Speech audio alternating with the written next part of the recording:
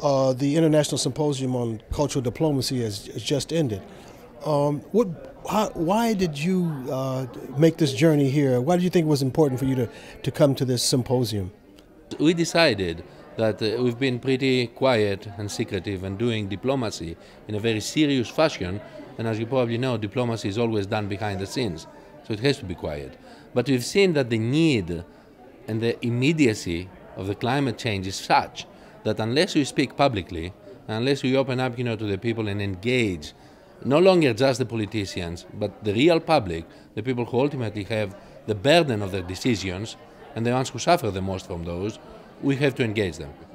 If you could just briefly outline the objectives of the Environmental Parliament.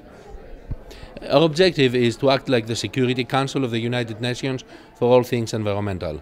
Act on the 5 topmost important issues that are facing the people of this earth each and every year. We choose 5 important issues, we take those issues, and then we translate them into measurable policy that can be used by all the parliaments across this globe, regardless of ideological position. So we present policy both to the US Congress and to the US Senate, on the Republican side as well as on the Democratic, because we have worked this policy so much that it became easy to be followed, easy to be supported by both sides of the ideological divide. Can you cite a successful example of implementing one of your proposed policies? It is almost novel ideas have been emerging in the UK, such as transgenerational climate rights. What are the rights of the unborn to inherit a world that is not damaged? What are the rights of 7 generations ahead to come and live in a world that's just as good and just plentiful and just as unpolluted and fit to live within health and safety for the people who come after? This was not born elsewhere. It was born in the Environmental Parliament, and it was born now in the UK government. And these are new ideas looking at the future. And it takes leadership again today, in terms of green governance.